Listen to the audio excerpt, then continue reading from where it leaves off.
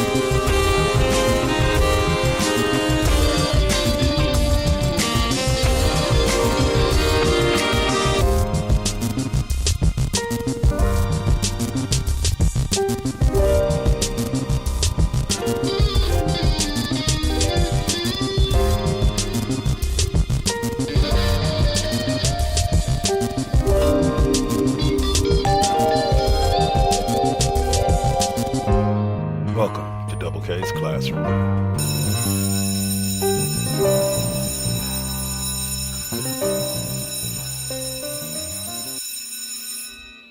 Class is officially in session.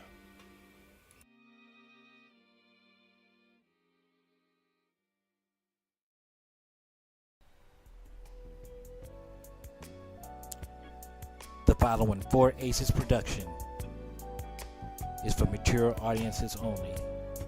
Listener discretion is highly advised.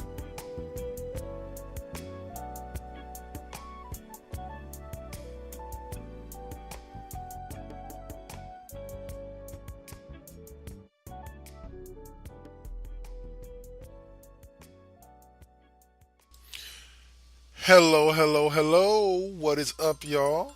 My name is Double K, and I'm here in the classroom to talk to you about some of the hottest topics in sports today.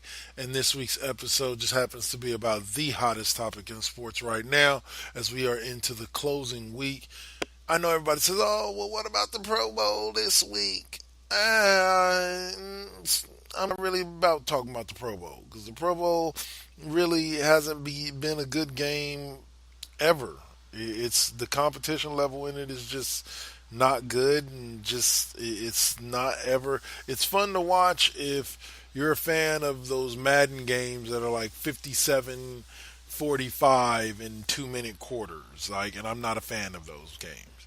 All offense, no defense, etc. But what I do enjoy is what's going to be happening next Sunday, which is the Super Bowl. So in order to look forward, you got to look back, or at least know where you're coming from. And I take a look back at the NFC and AFC Championship games. Why do I take a look back at those? Well, first and foremost, there's a lot of people that say that both the Chiefs and the Saints were robbed. I'm not one of those people. I'm just letting y'all know that right now. I don't think either team was robbed. I'll start with the Chiefs. I don't think the Chiefs were robbed because you had the opportunity in overtime to stop him. You had the opportunity in overtime to prevent Tom Brady from scoring the game-winning touchdown, and you failed to do so. Your defense failed to do so. Their particular guy, their particular guy, Pat Mahomes, is definitely an MVP candidate. Amen. But by far. The kid was beautiful in the second half of the AFC Championship game. I've never seen anybody play a better half, really, in all my years of watching football. A single half, that is. I've never seen anybody play one as well, and the kid got it done. To get within close enough to be able to tie it up and send it to overtime, where Tom Brady had to show why. Well, he's Tom fucking Brady. You just don't. I didn't bet against him in that championship game. I believe I said it was Pat Saints. Now let's get over to where my prediction should have been right. The Saints had a great back and forth game, an amazing game that effectively they dominated. I believe they were up 13-0 early. But they dominated that matchup through most of the matchup and led people to believe that they were on their way to a Super Bowl. Due to some defensive flaws or defensive snafus that led to the Rams being able to score some touchdowns, it became a closer game than they wanted to. And late in the game, there was a critical call that the refs got wrong. Don't get me twisted. Cole, if you're out there listening, don't get it twisted. The refs got the call wrong, but it wasn't the first call that they got wrong that night, and B, there was at least 3 to 5 possessions when the Rams had the offensive ball in which the refs blew the matchup. Now, yes, none of those took place in those last couple minutes, but here's where I don't feel sorry for the Saints or Saints fans. First and foremost, is football. Shit happens. Second of all, you had an opportunity after you were forced to kick that field goal by that bad PI call. You had an opportunity to stop the Rams from being able to drive back down the field far enough to kick a field goal. You had that opportunity. Your defense has proved itself to be semi-competent throughout this season. So I just don't see why all of a sudden it was, the Rams are just too much. There's no way that they could have stopped them from getting far enough to kick a fucking field goal. You had an opportunity to stop them and win the game in regulation. You make a pick, get a sack, get a fumble, something on that drive. It's game over. The Saints are going to the Super Bowl. The Rams are sitting at home. That was chance number one. Chance number two, you actually won, which was the coin flip of overtime. You actually won that and got the ball to start overtime. Difference between Tom Brady and Drew Brees, Tom Brady drove his team down and scored, including converting big third downs. Drew Brees chucked it up and gave up the pick to the Rams, allowing them to drive down and then kick the game-winning field goal in overtime. 3 chances. 1 you won, 2 you didn't. That was the difference in the Saints going to the Super Bowl. If they make a fucking stop after that bad PI call is only being talked about as just a bad PI call. It's not, or a bad helmet-to-helmet PI, whatever all it was, all wrapped up into one. It's only being talked about as a bad call. If your defense goes out there and gets the job done like it should. But instead, y'all out here making excuses and blaming that call. The call was critical, yes, but I'm sorry, guys. No, it wasn't so critical that it should have stopped your defense from picking up their helmets and going, you know what? We about to go out there, we about to run it, and we about to do it big. Let's rock. Nothing stopped the defense from doing that other than the defense. So yes, Saints fans, do I feel empathy for you? Yeah, I do. I've been there. I've seen heartbreak. Shit, my team has done it to you before. My favorite team, the 49ers, has done it to you before a few years back with Vernon Davis and the catch two at Candlestick. It was a beautiful thing to watch, not for a Saints fan, but for a 49ers fan. Just like this was a beautiful thing to watch, not for a Saints fan, but for a Rams fan. So we have our Super Bowl matchup now of Saints versus Rams versus Patriots. And now I'm telling people, keep an eye out because it's going to be one hell of a game. But for right now, I'm going ahead and take a quick promo break, and then I'm going to come back with my lesson of the day. Where I'm going to talk a little NBA and how the Warriors are looking with Boogie Cousins. Thank you for listening tonight. Double K's Classroom right here on the 4 Aces Presents Radio Network, Spreaker.com, iHeartRadio, Spotify. Yeah. Hey listener, Dutch here from Voice from the Underground, the podcast. My co-host and I want to invite you to check out our little corner of the podcast verse. At Voice from the Underground, we talk about all the crazy happening around us and try to make a little bit of sense out of the nonsense with little to no results. If the idea of hearing three semi-intelligent, outspoken nerds talk about politics, social issues, current events, sports, movies, pretty much anything that we decide to talk about because, well, it's our show, appeals to you, grab your shovel and come on down to the underground, and then consult a qualified psychotherapist. Find us wherever you get your podcasts, just not where you buy your weed. Voice from the underground. Tune in, folks. It's now time for Double K's Lesson of the Day. All right, guys. So yeah, I'm gonna go into this thing for you one more time. Boogie Cousins makes the Warriors a completely different team. Now, I was one that even as this year went on and saw how vulnerable the Warriors were,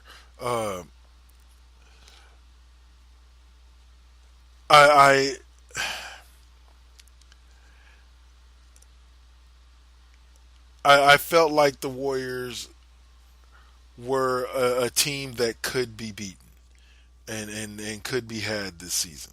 And then but I always knew in the back of my head that Boogie was coming. The Boogeyman was coming. And what does he do in his first night out? He goes out and puts out 14 points and 6 rebounds in 15 minutes of play. And now Steve Kerr has him locked in to about 20 minutes a game now, the first 5 minutes of every quarter. Steve's got him out there playing, and Boogie is looking damn good. I believe the last game against the Wizards, he put up 18 and 7 and 5 assists. Here's what it changes, folks. Here's what it changes for me, at least. I witnessed a team that was now able to do something that it's never been able to do before. Toss the ball to a man in the low post and let him fucking go to work. And that's exactly what they did. And when it comes to going to work in the low post, there aren't many that are better than Boogie, or there aren't many that can defend Boogie in that post.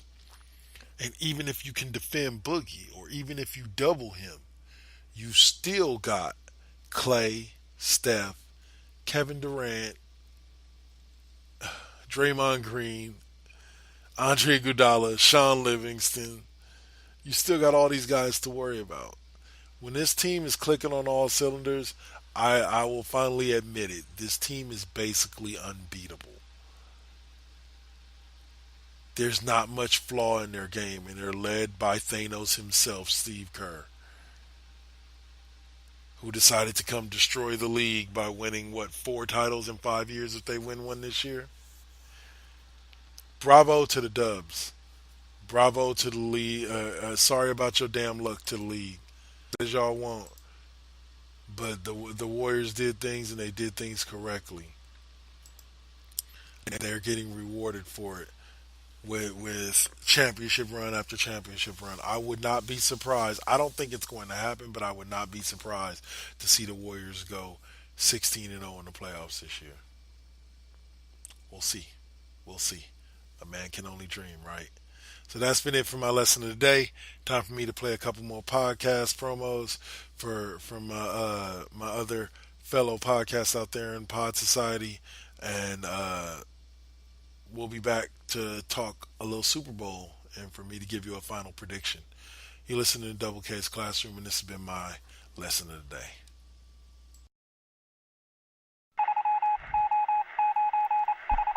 Tune in, folks. It's now time for Double K's Lesson of the Day.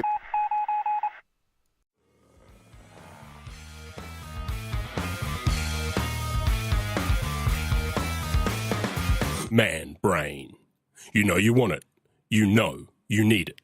Let me introduce you to our team of audio professionals, 100% committed to giving you the greatest extreme comedy podcast of all time. What's SPH?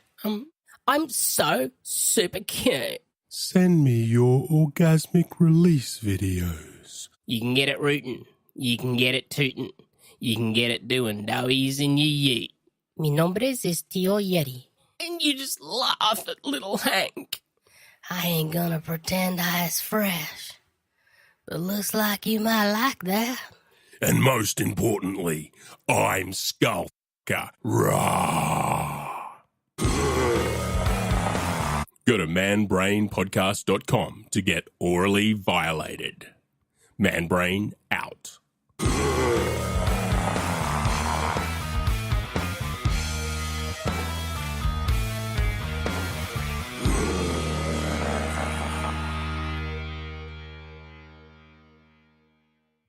So, what's up? Steve Fingerstyles here, the host of the podcast, spelled DA, of course. Tune in each and every week to hear what pisses me off, what angers me, what I make fun of, and of course, my crazy rants.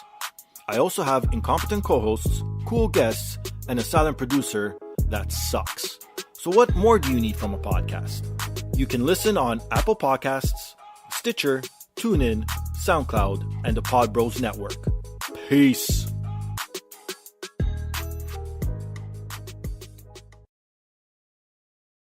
All right, and I'm back.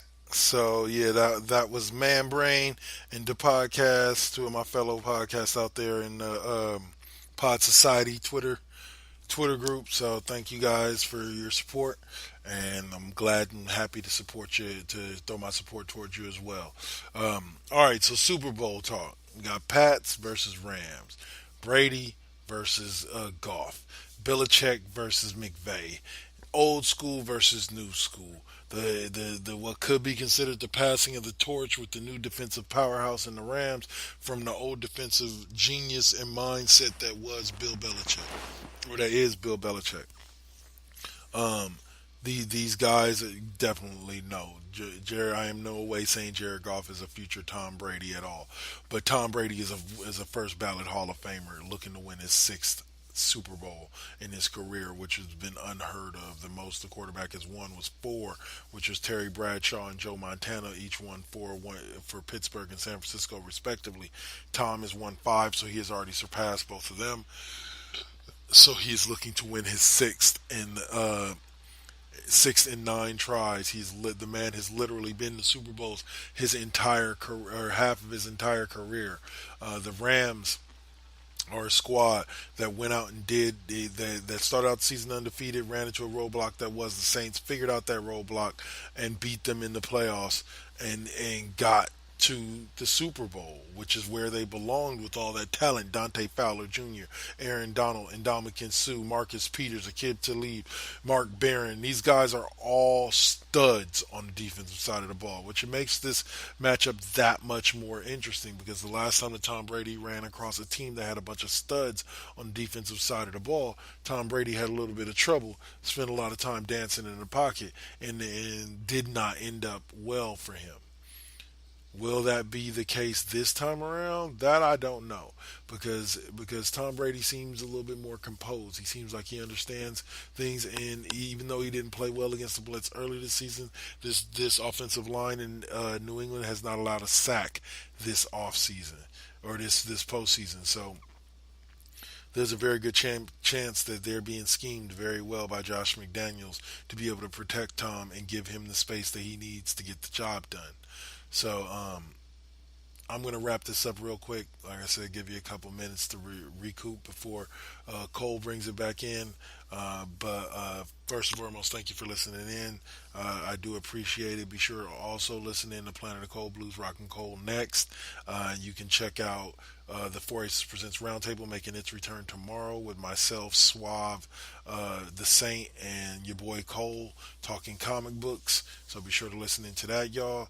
And then other than that, of course, listen to Brick on Sunday, Lip Gloss and Mics.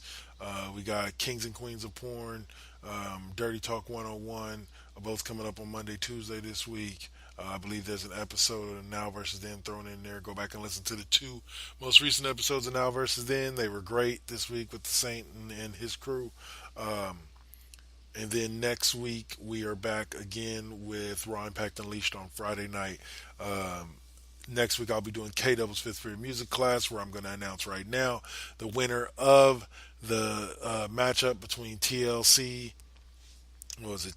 Mary J. Blige, TLC, Jodeci, Mary J. Blige, and Erica Badu for 90s R&B Artist of the Week. And the winners are, drumroll please, TLC, baby. Ding, ding, ding, ding, ding. Now that the polls have closed, next week on Friday night, I will be bringing you the soulful music of T-Boz, Left Eye, and Chile, better known as TLC. So I hope y'all will enjoy that. And as for my prediction for the Super Bowl, I don't ever bet against Tom Brady. Period. Love me, hate me, do whatever you want, but I don't ever bet against Tom Brady. And I think that man proved why on Sunday last week when he beat them Chiefs the way he did. Y'all have a great night. Hold me to my word. In a couple weeks, I'll be back to talk a little Super Bowl and some other things. And don't forget West Coast Bias will be back at some point in February as well.